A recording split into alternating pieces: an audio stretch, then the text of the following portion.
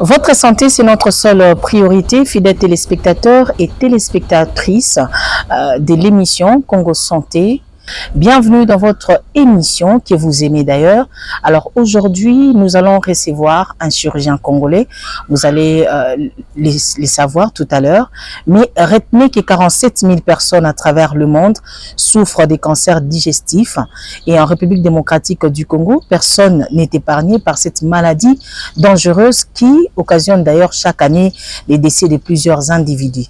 Puisque notre leitmotiv est celui de sauver les vies humaines, l'émission Congo Santé a décidé d'en parler en long et en large avec les docteurs Willy Kabongo, à qui je vais devoir demander de se présenter, mais également nous lui disons bonjour docteur et surtout soyez les bienvenus dans notre plateau.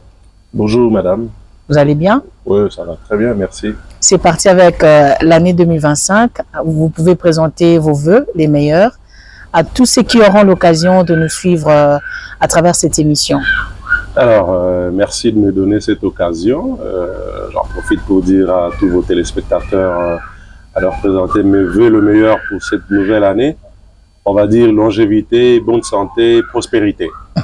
Alors, comme je l'ai dit à l'entame de cette émission, vous êtes qui? Moi, je parlais du chirurgien. Au-delà de cette fonction, peut-être que vous avez quelque chose à ajouter au commun des mortels. Alors, voilà, moi, je suis expert dans la vidéochirurgie, la chirurgie cancérologique hépatodigestive, et dans l'intelligence artificielle en médecine. Alors, docteur Willy Kabongo, déjà ces chiffres font froid au dos. Alors, nous voulons tout simplement savoir, c'est quoi les cancers digestifs? Alors, c'est vrai, comme vous dites, les chiffres vraiment font peur, c'est vrai, vous avez totalement raison. Mais moi, je n'aborde pas les choses vraiment en termes de chiffres, parce que bon, parfois, vous allez voir les gens qui passent leur temps à retenir des chiffres. Les cancers du tube digestif, on va dire en général, c'est des cancers qui concernent les organes comme l'ésophage, l'estomac, le foie, le gros intestin, le pancréas et le rectum. Donc on va dire de l'entrée de la nourriture à la sortie de déchets qui découlent de cette digestion. Ce sont là les cancers du tube digestif. Alors ces cancers sont dus à quoi? Alors, il y a beaucoup de raisons, beaucoup de choses qui vont favoriser la survenue de cancer. On va dire, généralement, c'est au niveau d'emblée de l'ADN de chaque personne, où il y a des mutations génétiques. Et vous savez tous que l'ADN a le rôle de contrôler la cellule mère, et que finalement, la croissance de la cellule, tout ça, et son évolution. Mais vous arrivez à un moment où, à cause de certaines mutations, la croissance de ces cellules-là devient désordonnée. Et c'est là que vous avez l'aspect du cancer, qui se forme dans le corps humain. Alors, quels en sont les symptômes, puisque nous sommes en train de parler de cette maladie qui est vraiment dangereuse, mais les gens qui auront l'occasion de nous suivre ont besoin de savoir quels sont réellement les symptômes des cancers digestifs. Alors, c'est bien dit. Voilà, quand on parle de cancer du tube digestif, comme vous l'avez demandé, j'ai dû énumérer différents organes qui sont concernés, qui constituent le tube digestif. Donc, ce qui fait que même les symptômes vont dépendre d'un organe à un autre. Les symptômes qu'on pourrait avoir pour un cancer de l'ésophage ne vont pas être nécessairement le même qu'un cancer du côlon. Et quand on est dans le côlon, vous avez le côlon droit, vous avez le côlon transverse, le côlon descendant ou le côlon gauche, le sigmoïde, le rectum, les symptômes vont être différents. Mais en gros, ce qu'on va dire, vous avez un changement dans le comportement de votre tube digestif. C'est ça qui signe d'emblée un problème au niveau de votre tube digestif qui va nécessiter des investigations. Donc, on va prendre comme ça en passant quand vous n'arrivez plus à manger comme vous aviez l'habitude de manger, sans que vous n'ayez décidé. C'est un exemple banal que je donne toujours. Vous aviez l'habitude de manger 2 boules de foufou, vous vous retrouvez à manger une seule boule de foufou sans que vous n'ayez décidé. C'est déjà un signal qui doit nécessiter des investigations auprès de médecins. Vous aviez l'habitude de faire les selles chaque jour et vous vous retrouvez dans une situation où 2 jours, 3 jours, vous ne faites pas les selles. C'est un changement dans le comportement de votre tube digestif. Vous devez voir les médecins pour faire soigner. Vous avez des douleurs, ça c'est en général comme ça que ça va se présenter, des douleurs au niveau de votre abdomen, au niveau de votre ventre. Ça, c'est des signaux, des douleurs qui perdurent, pour lesquelles on n'arrive pas à donner un traitement définitif. Ben, c'est l'occasion de se poser des questions sur la possibilité d'un cancer. Et puis finalement, vous avez une perte de poids. Vous avez les gens qui vont vous dire, ben voilà, madame, monsieur, on a comme l'impression que vous avez perdu du poids. Ben voilà, c'est un questionnement qui devrait aussi faire l'objet d'une visite chez les médecins pour qu'on puisse arriver à poser le diagnostic selon que c'est X ou Y organe qui est concerné par le cancer. Mais est-ce que les personnes souffrant, par exemple, de la constipation, sont sujettes à développer les cancers digestifs? Mais voilà, je vais plutôt dire que vous aviez l'habitude d'aller à selle correctement et puis vous vous retrouvez là du jour au lendemain, il y a une installation des constipations. Ça peut être un signe avant-coureur de la présence d'un cancer dans votre tube digestif.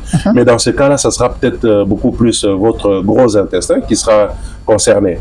Donc, vous avez ces constipations-là. On ne va pas dire que quelqu'un qui a l'habitude de faire les constipations, vous avez quelqu'un qui va vous dire, ben, peut-être depuis son enfance, il avait des constipations, peut-être parce qu'il a un gros ou un long intestin.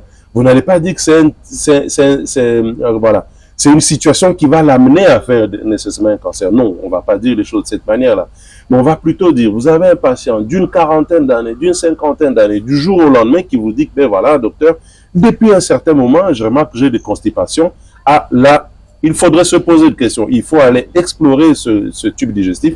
Il faut aller explorer ce côlon par des examens comme la coloscopie pour voir s'il n'y a pas de changement au niveau de ce gros intestin qui pourrait être un signe précurseur d'un cancer. Donc, c'est plutôt comme ça qu'il faut les prendre. Vous avez les constipations, ça c'est très bien dit. Ben, ça peut être un signe qui montre que, ben voilà, il y a un changement au niveau du gros intestin qui peut signer un cancer. Vous avez même des diarrhées, des alternances de diarrhée et constipation.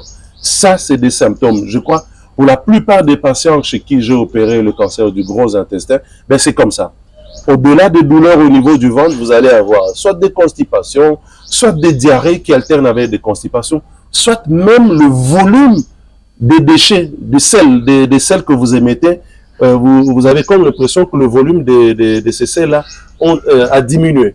Ça, c'est un signe qui peut vous dire, ben voilà, ah, faites attention, allez examiner le gros intestin, on peut peut-être y trouver un cancer du côlon.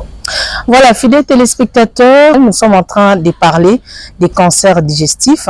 Alors, nous avons reçu aujourd'hui les médecins vidéochirurgiens, le docteur Willy Kabongo, avec qui nous sommes en train d'échanger. Alors, docteur, en vous attendre parler, vous avez déjà fait allusion à la tranche d'âge. Mais est-ce que les enfants ou encore une personne qui a déjà atteint 18 ans peut développer cette maladie? Alors, on va dire d'emblée que ce n'est pas impossible. Je crois que de ma pratique, le patient avec cancer du côlon que j'ai opéré le plus jeune, je crois qu'il devait avoir 21 ou 22 ans. Et je crois que c'est ça même qui a fait que le cancer a été diagnostiqué avec un retard quand je l'ai vu finalement. Mais généralement, c'est au-delà de 40 ans. Au-delà de 40 ans, c'est là que vous allez voir, il y a beaucoup de changements qui se font au niveau du corps en général et du tube digestif en particulier. Mais c'est généralement à la soixantaine ou à partir de 70 ans, 70 ans comme on dit généralement. C'est là que vous avez la grande partie des patients qui vont développer le cancer du gros intestin, par exemple, et les cancers du tube digestif en général. Alors, les cancers digestifs, docteur, parlons-en encore une fois de plus, c'est une maladie héréditaire? Alors, ça c'est très bien dit. Vous avez des situations où vous avez une prédisposition héréditaire à cause de la présence de certains gènes. Parce que vous avez X ou Y parents qui a fait le cancer, vous êtes prédisposé à faire le cancer.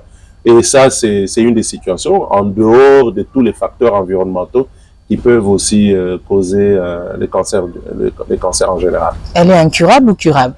Alors, ça c'est très bien, c'est vrai, généralement quand vous arrivez à l'hôpital et qu'on vous diagnostique on vous pose le diagnostic de cancer, tout a priori c'est quoi? Ben, ah voilà, c'est incurable ou c'est pas incurable. Là, il y a un exercice qui doit être fait par le médecin. C'est le stade de la pathologie qui va déterminer l'issue même après le traitement. Là, il y a quand même une expérience au-delà de ce que j'ai vu et que j'ai vécu, que ce soit en Inde ou en France, partout où j'ai été formé. J'ai vu des patients, je vais donner un exemple, j'ai vu des patients en France qui pouvaient, quand ils venaient en consultation, qui disaient « Ah ben docteur, vous savez, j'ai été opéré du cancer du côlon, ça fait 10 ans. » Pour moi, c'était quelque chose d'extraordinaire. Je me posais beaucoup de questions parce que de ce que j'avais vécu, auparavant dans mon pays, c'était du genre, quand vous avez un cancer, le patient vient, on diagnostique le cancer du côlon. Dans les 6 mois ou 12 mois qui viennent, ben voilà, quand vous appelez, on vous dit, ben voilà, ah docteur, vous saviez pas, il est décédé. Donc c'était une grande découverte. Donc c'est pour vous dire qu'au jour d'aujourd'hui, j'ai des patients que je suis en train de suivre. Nous sommes à la 5e année où, après les avoir opérés, il n'y a pas de récidive de la maladie. Donc, parler de la curabilité, ça dépendra beaucoup plus du stade de la maladie. Donc, quand vous avez une maladie, un cancer qui est encore localisé à l'organe, et je crois que c'est le cas de le dire, la chirurgie, c'est vraiment le traitement en première intention. Dans ce cas-là, vous enlevez la partie malade et vous l'enlevez dans l'esprit de l'art. Parce que, il faudrait le dire, la chirurgie carcinologique, c'est pas une chirurgie conventionnelle comme tout le monde le croirait. Elle se fait selon certaines règles. Quand vous avez respecté ces règles-là de cette chirurgie carcinologique et que vous avez des résultats qui viennent du laboratoire, de l'anatomopathologiste en l'occurrence, et qui a examiné cette pièce que vous avez enlevée, qui vous dit, ben voilà, les marges de résection sont saines, vous avez eu autant de ganglions, et pour chaque type de chirurgie que vous faites, il y a un nombre de ganglions que vous devez avoir. Quand vous avez eu ce nombre de ganglions qui ont été examinés en laboratoire et qui montrent que ces ganglions ne sont pas infectés, ben, vous savez que vous avez fait une chirurgie carcinologique correcte et que finalement, même l'issue de la maladie chez le patient, ce qu'on appelle généralement la récidive, elle est quasi zéro. Donc, j'ai des patients que je suis en train de suivre, que j'ai opérés. Il y en a que j'ai opéré en 2019, il y en a d'autres en 2018, que je suis jusqu'aujourd'hui où il n'y a pas de récidive de la maladie. Totalement guéri. Donc, c'est pour répondre à votre question, la curabilité, elle est là. Mais ça dépend du moment où le diagnostic est posé. Et là, vous avez une part de responsabilité des patients qui doivent comprendre qu'il y a un changement dans leurs habitudes quotidiennes pour voir le médecin. Ça, c'est d'une part. Et d'autre part, il y a la responsabilité du médecin qui devra comprendre les changements qui sont en train d'avoir lieu dans le corps de ce patient-là. De sorte à ce que quand vous êtes limité dans les informations que vous avez, j'ai un aîné, le prof Panda, d'heureuse mémoire, qui me disait toujours, Kabongo, la médecine, c'est comme une maison en étage. Quand le malade vient et que l'information qu'il doit avoir est au 5e étage et qu'il est avec un médecin qui a des informations au 1er étage, c'est tout à fait normal qu'il ne soit pas au courant de ce qui se passe au 5e étage. Il ne faut pas en faire un problème, il faudrait seulement que le médecin comprenne qu'il doit référer vers le médecin qui est au 5e étage pour comprendre la pathologie. Et quand il a bien compris et que la pathologie, comme je vous disais, elle est limitée, eh bien, vous avez beaucoup de chances de survie et vous avez des patients qui vont vivre au-delà de 5 ans, évidemment, sans problème par rapport à la pathologie de départ. Et quels sont les facteurs favorisants des cancers digestifs? Les facteurs favorisants, on va parler du tabagisme, on va parler de l'alcool, on va parler de la qualité de l'alimentation. Parfois, quand je circule à Kinshasa, je suis écœuré de voir parfois ce que les gens consomment. Et parfois, quand on le dit, on a comme l'impression que bon, les gens ils se disent, bon, voilà, c'est quoi? Quand vous mangez de la viande rouge transformée, c'est vrai qu'aujourd'hui, c'est bien beau, les gens aiment. Les poulets maillots. Bon, je parle pas de poulet maillot, je parle pas de dindon, je parle plutôt de salami, du jambon. Tout ce qui est comme viande transformée, ça, je me réfère à ce qui nous a été appris en France particulièrement. Ben voilà, vous êtes en train de disponibiliser votre tube digestif à des transformations qui vont vous amener à développer des cancers. Vous avez tout ce qu'il y a comme boisson que je vois qui est fabriqué à tout point de rue à Kinshasa. Et je crois que l'État devrait jouer un rôle très important sur ce point-là, au travers de certaines des organes, pour se rassurer de la qualité de tous ces produits-là. Et donc, du coup, ben, vous avez des jus, en guillemets, on va appeler jus, mais bon, qu'est-ce qui compose réellement ces produits? Des engrais chimiques. Dieu seul sait. Et quand vous allez même dans la préparation de l'eau en bouteille, je me pose beaucoup de questions. en tant que scientifique, je ne veux pas être là à vivre, à regarder comment les choses se font. Je me pose des questions. Je me pose des questions parce que, soit dit en passant, la limite de la science, c'est la limite de l'imagination. Aussi longtemps que vous êtes en vie, vous devez toujours, un peu comme l'autre qui disait « Cogito ergo sum », je pense, donc je suis. Donc, vous êtes vivant. Qu'est-ce qui prouve que vous êtes vivant? C'est l'activité permanente en vous.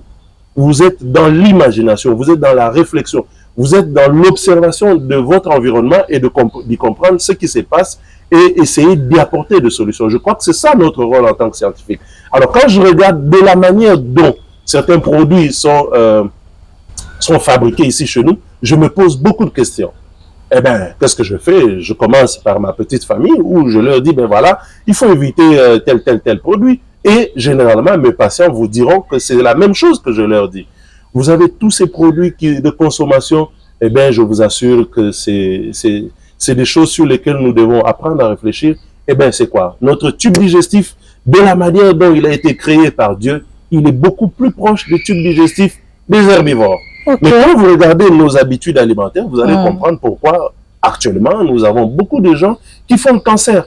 Et malheureusement, c'est des cancers qui sont diagnostiqués en retard. Vous avez des localisations secondaires, comme on dit dans le langage courant, on parle de métastases. Eh bien là, la survie, elle est la survie n'y est pas vraiment. Et ben malheureusement, vous allez avoir un patient que vous allez soit opérer, soit devoir donner des traitements palliatifs et puis voilà. Et à ça, je suis désolé de vous interrompre, mais il fallait quand même que je le dise.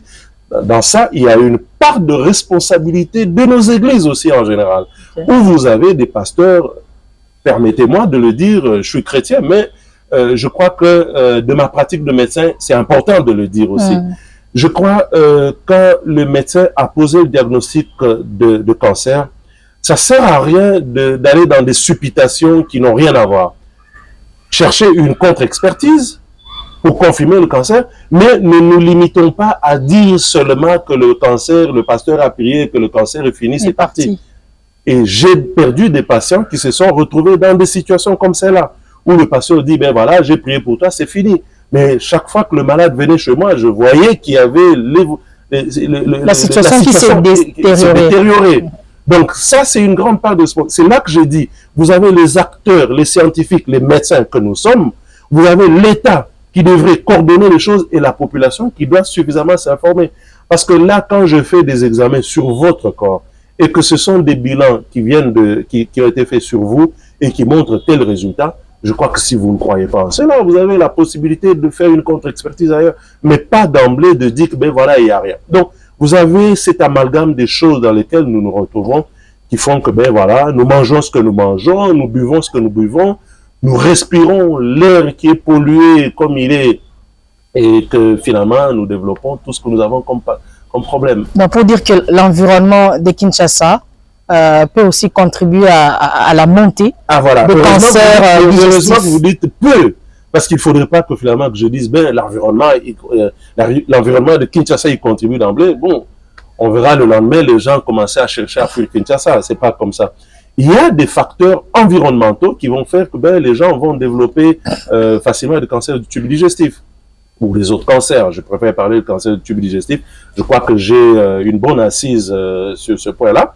Vous avez, à une époque, on a vu des jardins, des cultures maraîchères être en train d'être faites au bord des grandes artères où vous avez une circulation dense, vous avez des véhicules qui lâchent leur fumée dans la nature, et bien finalement vous avez des particules d'une façon ou d'une autre qui s'est déposées sur ces légumes-là et que nous consommons. Ça, c'est une possibilité avérée pour développer le cancer. C'est là que nous allons parler des facteurs environnementaux. Donc c'est des éléments qu'on va prendre au cas par cas, et je crois que c'est même de la responsabilité d'intellectuels que nous sommes de travailler sur ce genre de problèmes qui sont, on va dire, qui sont des réalités à nous. Parce que généralement, quand vous prenez ce qu'il y a comme documentation, ce qu'il y a comme information, c'est des choses que nous héritons de l'Occident en général. Il y a des recherches, il y a des activités qui ont été faites, c'est comme ça que bon, ils nous donnent. Mais essayons de voir dans nos réalités ce que je viens de vous donner comme exemple par rapport aux cultures maraîchères, aux cultures de légumes au bord des routes. Vous avez le tabagisme, comme je vous disais. Je vous disais aussi de la part de l'alimentation, les boissons que nous prenons qui sont fabriquées dans n'importe quelle condition. Donc, vous avez toute une amalgame. Voilà, fidèles téléspectatrices et téléspectateurs de l'émission Congo Santé. Vous avez déjà entendu parler des cancers digestifs. C'est une réalité en République démocratique du Congo. Voilà pourquoi nous avons tenu à parler ou encore à discuter avec le docteur Willy Kabongo. Alors, docteur, dites-nous, en plus bref, une fois victime, comment se déroulent les traitements?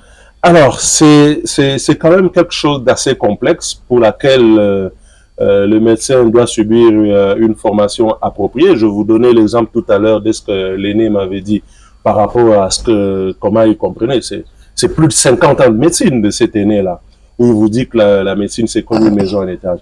Il y a une batterie d'examens qui devrait être fait par rapport à l'organe qui est suspecté d'être l'objet du cancer. Selon que c'est l'ésophage, l'estomac, c'est le gros intestin ou autre, mais vous allez voir qu'il y a de la vidéo endoscopique qui se fait pour le haut appareil digestif ou le bas appareil digestif qui va permettre de diagnostiquer une néoformation, une croissance désordonnée de cellules à partir d'une partie du tube digestif. Vous avez le foie, vous avez le pancréas, et bien voilà, il y a des bilans qui devraient être faits. Et c'est comme je vous disais, il y a d'abord le diagnostic. C'est vrai que c'est une des parties de la médecine qui m'intéresse beaucoup, le diagnostic, et j'y travaille vraiment à fond. Quand vous avez le bon diagnostic, c'est à ce moment-là que vous saurez instaurer votre traitement. Et le traitement dépendra, je vous l'ai dit tout à l'heure, dépendra du stade de la maladie. Le stade de la maladie dépendra des différentes investigations qui ont été faites pour établir finalement le diagnostic. Je vais donner un cas de figure. Vous avez un patient qui vient, un patient d'une quarantaine d'années, qui vient en consultation chez vous, qui vous dit que, ben, docteur, j'ai remarqué depuis un certain moment, j'ai des constipations et finalement ces constipations m'obligent à manger moins parce que j'ai peur, je me dis que j'arrive pas à aller à selle. Bon, qu'est-ce que je me dis? Ben, c'est une indication. Et puis finalement, il vous dit peut-être qu'il a mal au ventre, vous remarquez, ou dans votre interrogatoire, vous relevez le fait qu'il a perdu du poids. Eh bien, je vais d'emblée demander une coloscopie, qui est une vidéo endoscopie, une vidéo vision du tube digestif de sa partie basse. Alors, dès que cet examen est fait, on va probablement prélever des tissus de la chose anormale qu'on voit au niveau du gros intestin. Ensuite, je vais demander un scanner. Pourquoi le scanner?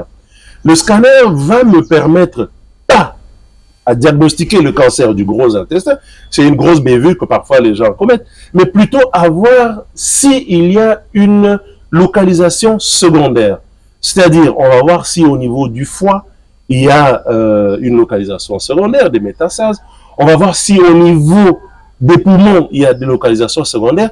Et quand vous avez, pour le patient dont je parlais, dont j'ai donné l'exemple, chez qui on diagnostique un cancer du côlon, qui a une localisation secondaire au niveau du foie, eh bien, la stratégie de la prise en charge n'est pas la même que si, par exemple, on n'avait pas trouvé de localisation secondaire au niveau du foie.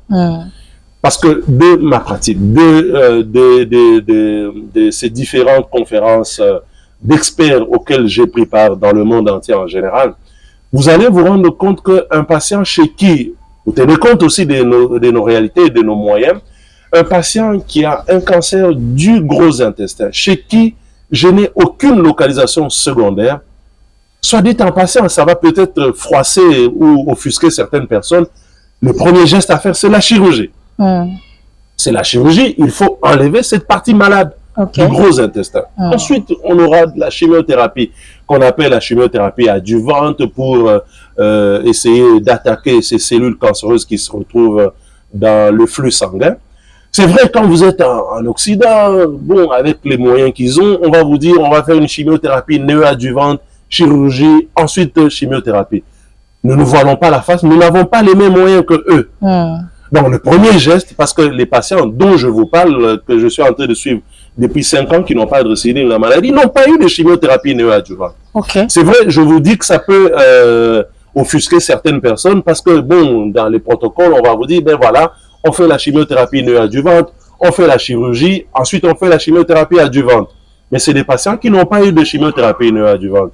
Parce que de la discussion que j'ai eue avec certains confrères, on va en parler peut-être lors d'une prochaine émission ou peut-être même de celle-ci vers sa fin, c'est des discussions du genre, ben voilà, ce que le malade pourrait utiliser comme moyen pour la chimiothérapie néoadjuvante peut-être l'empêcherait de subir la chirurgie, parce qu'on n'a pas assez de moyens. Donc, nous avons dû faire la chirurgie. Mais un patient qui a une localisation secondaire au niveau du foie, là, il y a encore des protocoles qui vont différer. Est-ce que c'est tout le foie qui est parsemé de ces localisations secondaires? Est-ce que c'est un segment du foie? Est-ce que c'est un secteur du foie? Est-ce que c'est un lobe du foie qui est concerné? Alors, qu'est-ce qu'on fait? On va juste enlever ces métastases-là, ensuite opérer. Est-ce qu'on va d'abord soigner les métastases, ensuite revenir sur le cancer du côlon qui n'est peut-être pas obstructif? Voilà, madame, je vous dis, c'est des algorithmes qui vont dépendre du diagnostic, qui vont dépendre de ce qui sera fait comme bilan pour établir le diagnostic. Vous voyez comment le diagnostic est un élément très important dans la prise en charge. Donc, vous avez un patient qui a ce cancer du côlon ou qui a ce cancer du foie qui concerne juste le foie gauche. Rien à faire, je ne vais pas m'évertuer à donner de la chimiothérapie à ce patient-là. Je vais pour enlever cette partie du foie qui est malade, d'emblée. C'est comme ça que je fais. Et je crois que c'est des choses qui doivent être soumises à des discussions. C'est comme ça que je vous disais même qu'il faudrait tenir de nos réalités ici, autant que les moyens que nous avons, les réalités que nous avons, et voir dans quelle mesure, au bout d'un certain moment, nous allons publier des situations qui sont des situations réelles que nous avons vécues ici au Congo. Et c'est sur ça que mon équipe est en train de travailler aussi. Parce que c'est vrai, il y a déjà ce qui est écrit par des recherches qui ont été faites, des études, des essais cliniques qui ont été faits dans certains pays. Mais je crois que ce sont des essais cliniques, ce sont des résultats qui ne sont pas immuables. Ce ne sont pas des résultats comme des paroles d'évangile, vous voyez.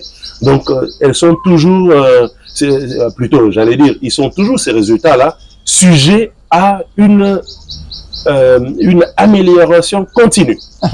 Alors, docteur, en vous entendre parler, on se rend compte que lorsqu'on est atteint des cancers digestifs, il faut déjà essayer de pouvoir arranger un paquet d'argent. Quand vous parlez d'ailleurs déjà de la chimiothérapie, ça fait peur.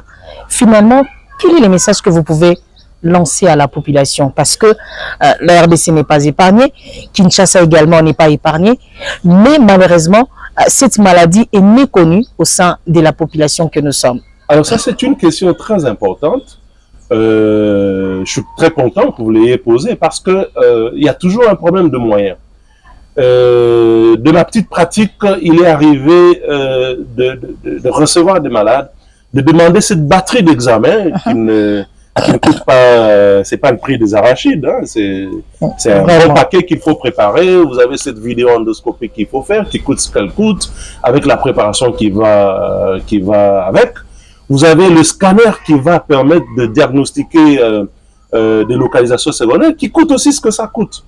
Et ça, c'est sans oublier que le patient a probablement été vu avant vous par d'autres médecins qui ont certainement demandé des bilans, peut-être qui n'en valaient pas la peine ou je sais pas.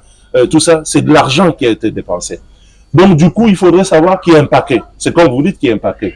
Mais je suis en même temps heureux et attristé de dire que, ben voilà, le gouvernement de notre pays, je crois que c'était une bonne initiative. Ils ont mis en place un système où la chimiothérapie, quand vous retrouvez dans le circuit, la chimiothérapie est totalement prise en charge par l'État. Oui. Je me réserve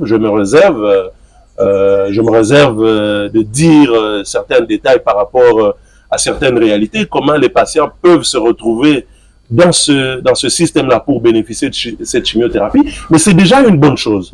C'est déjà une bonne chose. Vous avez le gouvernement qui met en place, qui prend en place cette chimiothérapie, qui fait que vous avez des frais en moins. Et je crois que même avec le temps, il faudra que tout ce paquet de prise en charge soit totalement pris en charge, permettez cette tautologie, soit totalement pris en charge par le gouvernement.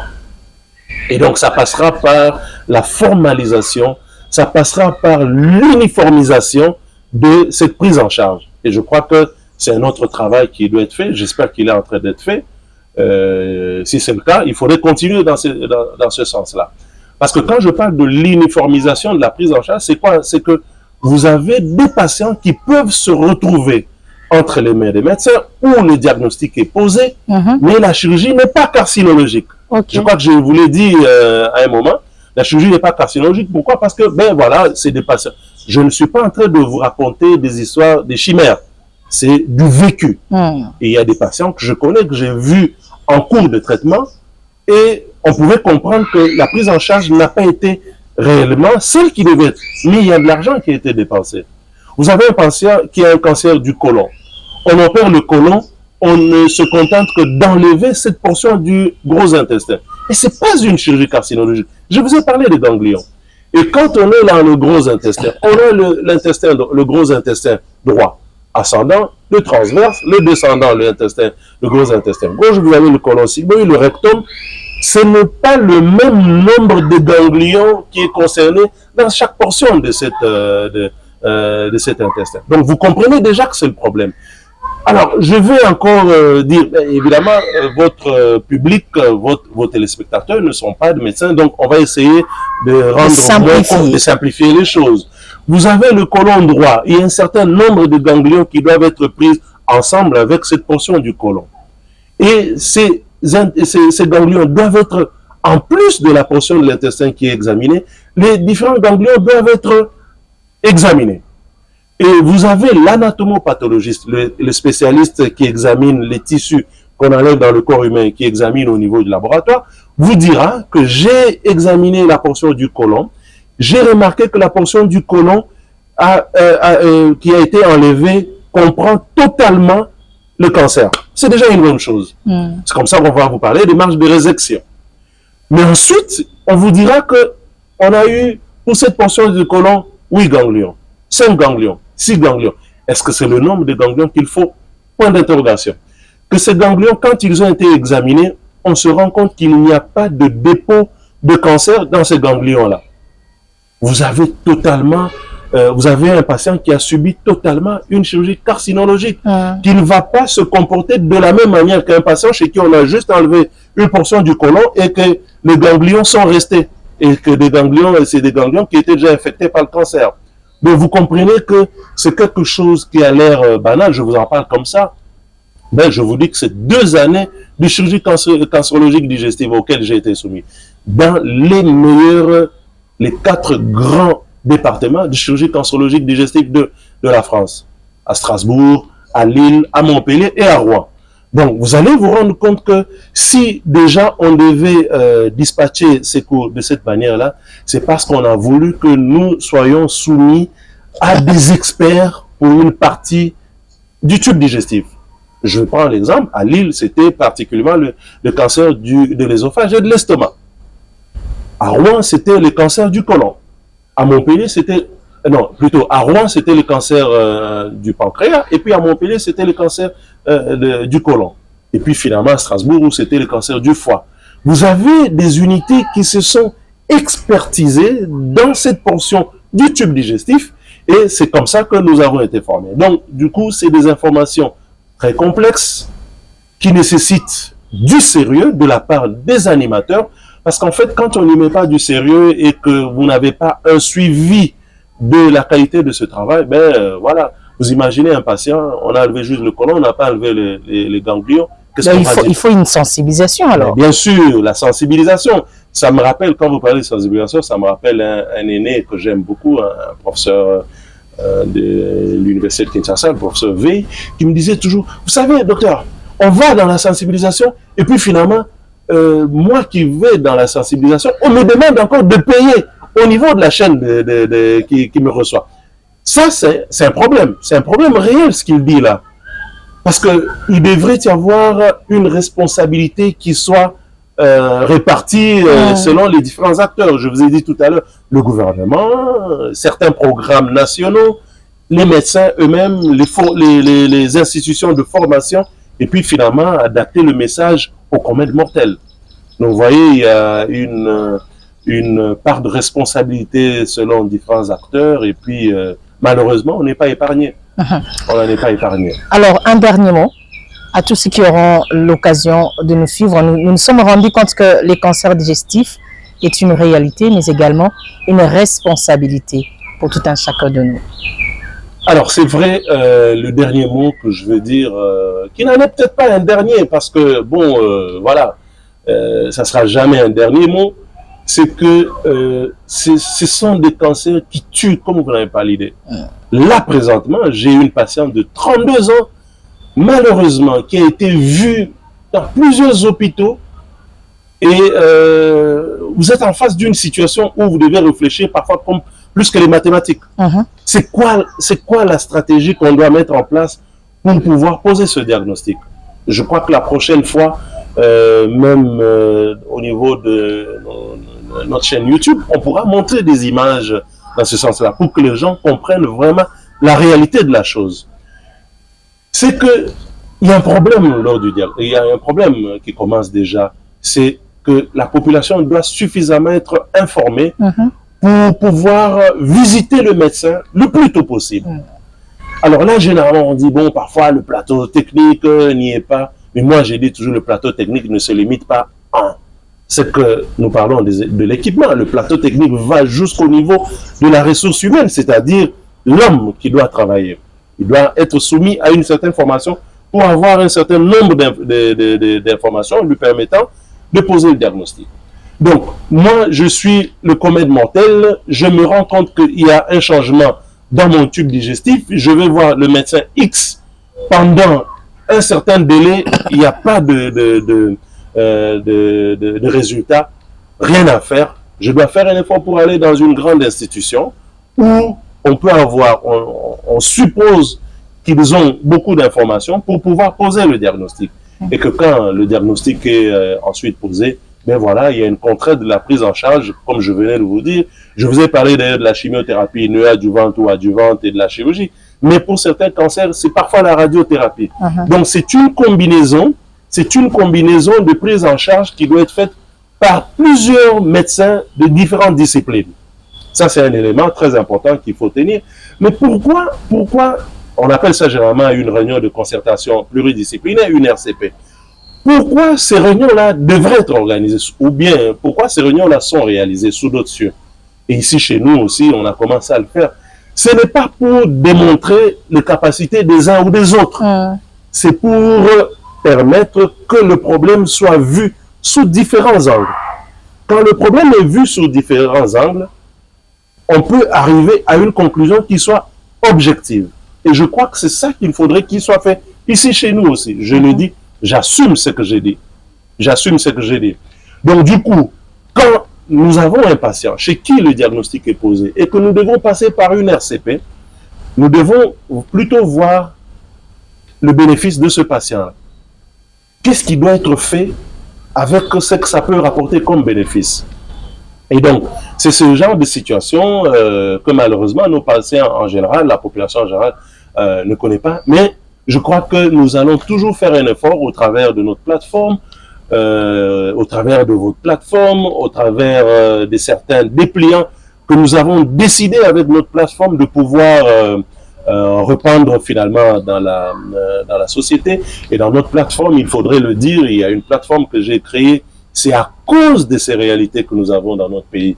Une plateforme finalement où je tire le bénéfice des chirurgiens du monde entier, environ 50 nationalités que j'ai eu à rencontrer d'une façon ou d'une autre, qui ont accepté de travailler avec moi dans cette plateforme pour pouvoir organiser ces RCP, pour pouvoir organiser des discussions, même dans la discipline, et pouvoir donner le diagnostic et la ligne thérapeutique qui soit vraiment adaptée au cas par cas. Donc, je crois que la population, le commun mortel, ce qu'il devait savoir, c'est de pouvoir se questionner au maximum possible quand ils ont quelque chose qui ne va pas au niveau de leur de leur corps, de leur tube digestif en particulier, comme c'est le cas par rapport à notre discussion aujourd'hui. Quand vous avez quelque chose d'anormal dans votre tube digestif, je vais donner un exemple beaucoup plus concret.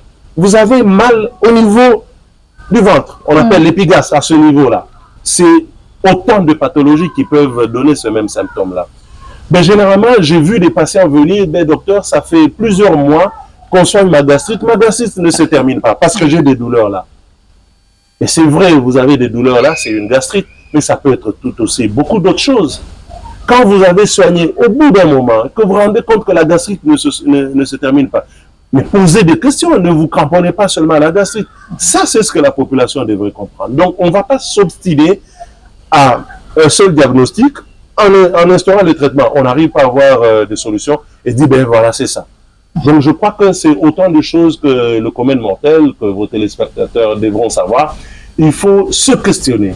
Il faut essayer de se documenter. Aujourd'hui, nous avons les réseaux sociaux où nous pouvons, dans la mesure du possible, je ne conseille pas ça comme ça d'emblée, ça ne va jamais remplacer le médecin, mais on peut déjà commencer à avoir un début d'informations sur le problème que nous sommes en train de vivre. Ensuite, il faudra vite aller vers le médecin.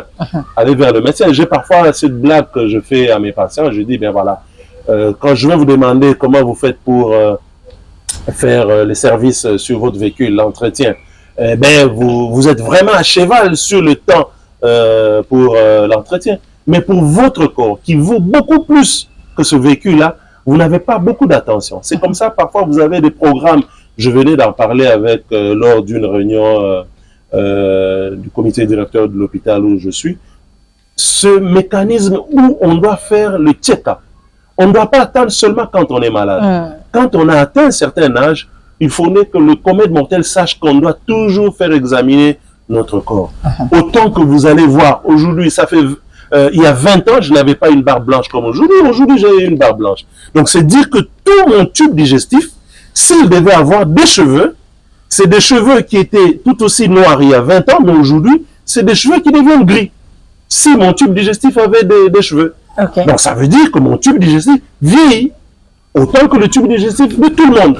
Donc, il faut le faire examiner à un certain rythme pour se rassurer qu'on puisse poser le diagnostic précocement. Et quand le diagnostic est posé précocement, le traitement, il est curatif.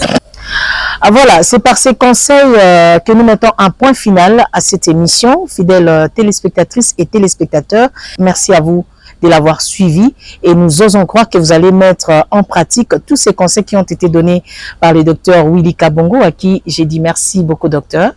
Merci beaucoup, madame. Je crois que c'est un choix que nous avons fait par rapport à cette profession. On ne va pas baisser les bras. Voilà. Ils ne vont pas baisser les bras, les médecins de la République démocratique du Congo, pour vous apporter des soins conséquents. Alors, s'il vous plaît, fidèles auditeurs et auditrices, mais également fidèles téléspectateurs et téléspectatrices, tenez bon. Et aussitôt, lorsque vous sentez ou encore vous ressentez quelque chose qui ne va pas, courez vite chez les médecins.